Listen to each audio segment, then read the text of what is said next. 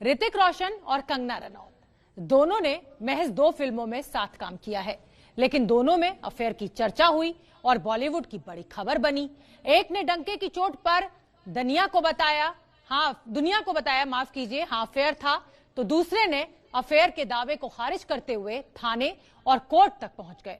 Affair होने और ना होने का यह केस थाने में अब तक जिंदा है और 4 साल बाद मामले की जांच में तेजी लाने के लिए पुलिस से अपील की गई है, जिसका नतीजा यह है कि जांच एक बार फिर शुरू हो रही है और क्राइम ब्रांच के मातहत होगी ये जांच।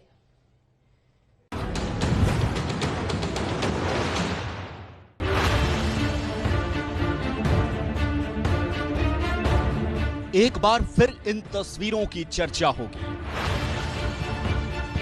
एक बार फिर ये खूबसूरत सॉन्ग आपके जहन में आएगा और एक बार फिर ये ट्विटर वॉर आपको याद आएगा।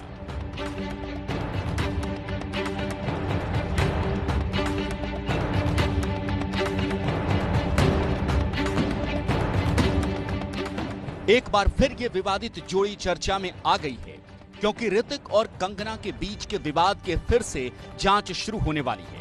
ये पूरा मामला क्या है आपको याद होगा, जब साल 2017 में ऋतिक रोशन ने कंगना रनौत के खिलाफ साइबर सेल में शिकायत की थी। अब मामले में ताजा अपडेट ये है कि जांच करने का जिम्मा क्राइम ब्रांच को सौंप दिया गया है। ऋतिक कंगना विवाद केस की जांच अब क्राइम ब्रांच के इंटेलिजेंस यूनिट को ट्रांसफर कर दी गई है।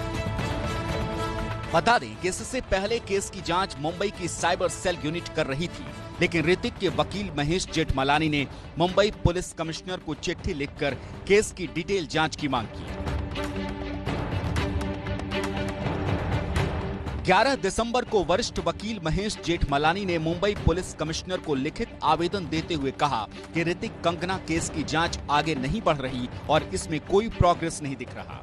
इसके बाद ही क्राइम ब्रांच के प्रभारी और मुंबई पुलिस ज्वाइंट कमिश्नर के आदेश पर ऋतिक रोशन के एफआईआर की जांच को साइबर सेल की जगह क्राइम ब्रांच के क्राइम इंटेलिजेंस यूनिट को ट्रांसफर किया गया।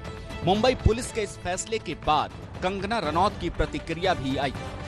सोशल मीडिया के जरिए कंगना ने ऋतिक पर तंज के अंदाज में हमला बोला। कंगना ने सोशल मीडिया पर ऋतिक के लिए पोस्ट करते हुए लिखा, कब तक रोएगा एक छोटे से अफेयर के लिए। अब कंगना के ट्विटर संदेश को सुनिए, जिसमें कंगना ने लिखा, कोशिश तो करने दे यार, फिर से पंगा लेना है लड़की। रोने धोने वाली कहानी फिर से शुरू हो गई। मेरे ब्रेकअप और उसके तलाक के कितने साल बीत चुके हैं, लेकिन वो आगे बढ़ने के लिए तैयार नहीं है, न तो किसी भी महिला को डेट करने के लिए तैयार है। जब मैंने अपनी निजी जिंदगी में नई उम्मीद की खातिर कुछ हिम्मत दिखाई, तो उसने फिर से वही पुराना नाटक शुरू कर दिया। कब तक रोएगा एक छोटे से अफेयर के लिए।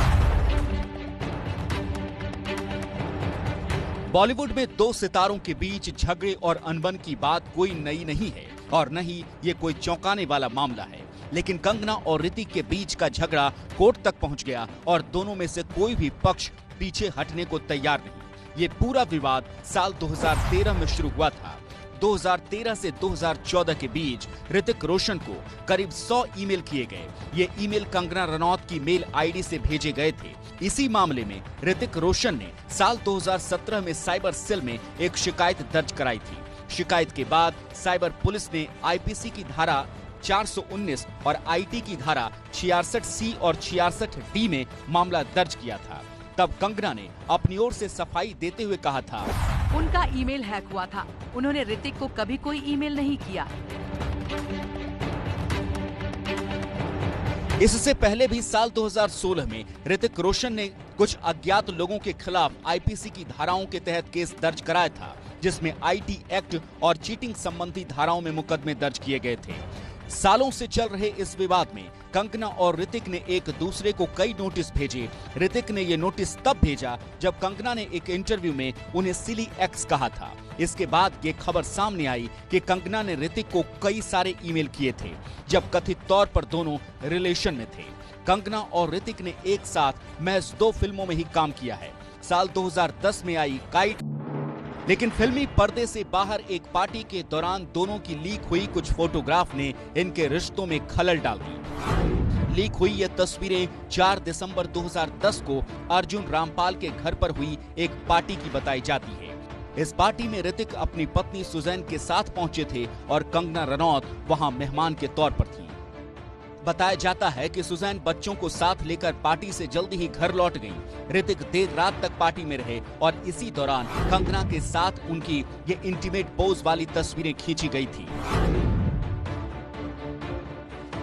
इन तस्वीरों के बाद ही ये दावा किया गया था कि ऋतिक और उनके बीच अफेयर है। लेकिन 26 फरवरी 2016 को ऋतिक रोशन ने कंगना को एक कानूनी नोटिस भेजा और मांग की कि कंगना प्रेस कॉन्फ्रेंस कर अपने दावे पर माफी मांगे और साफ करें कि उनका और ऋतिक का कभी कोई अफेयर नहीं रहा। 1 मार्च 2016 को कंगना ने भी ऋतिक के नोटिस का जवाब देते हुए नोटिस भेज दिया। कंगना ने कहा, ऋतिक अपना नोटिस वापस लें, नहीं तो आपराधिक मुकदमा झेलने के लिए तैयार रहें। कहा तो ये भी जाता है कि इन तस्वीरों के बाहर आने से न सिर्फ ऋतिक और कंगना के बीच विवाद पैदा हुआ, बल्कि ऋतिक की अपनी पत्नी सुजैन के साथ भी खटपट शुरू हो गई। सुजैन ने इस पर बड़ी नाराजगी जताई, जिसका नतीजा दोनों के तलाक के रूप में सामने आया। लेकिन कंगना के साथ जो कानूनी विवाद 2016 में शुरू हुआ था, वो अब तक जारी है। अब 4 साल बाद एक बार फिर इस केस की जांच में तेजी लाने के लिए ऋतिक रोशन की ओर से अपील की गई है और मुंबई पुलिस ने उनकी अपील को मंजूर भी कर लिया है। कंगना के खिलाफ ऋतिक की शिकायत पर मुंबई पुलिस की इस तेजी की वजह को समझना भी आसान है। सुशांत सिंह राजपूत केस से लेकर बॉलीवुड में ड्रग माफिया की जांच तक कंगना ने जिस साफगोई और हिम्मत से उद्धव सरकार को निशाने पर लिया, उससे कंगना और शिवसेना सरकार के बीच ठन गई। सरकार की शिकायत करने के लिए कंगना राज्यपाल के दर तक पहुंच गई थी। मुंबई में रहकर शिवसेना की सरकार के खिलाफ एक बॉलीवुड अभिनेत्री के हौसले का नतीजा ही था कि देश भर ने इन तस्वीरों को लाइव देखा था।